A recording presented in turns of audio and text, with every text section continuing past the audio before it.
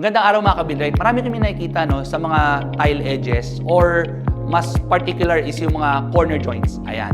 Lalo na sa mga kantuhan na ginagamitan ng mga tile grout. Ayan. So marami kami na-observe na pag ginagamit nyo ang tile grout, ma-observe nyo, minsan either pangit yung latag or ito'y madalas, may crack yung tile grout. Tama? For the sole reason, mali ang ginagamit nating sealant for grouting. Ayan. So ano nga ba ang tamang paraan para mag-sealant ng corner joints ng between tiles? Alright?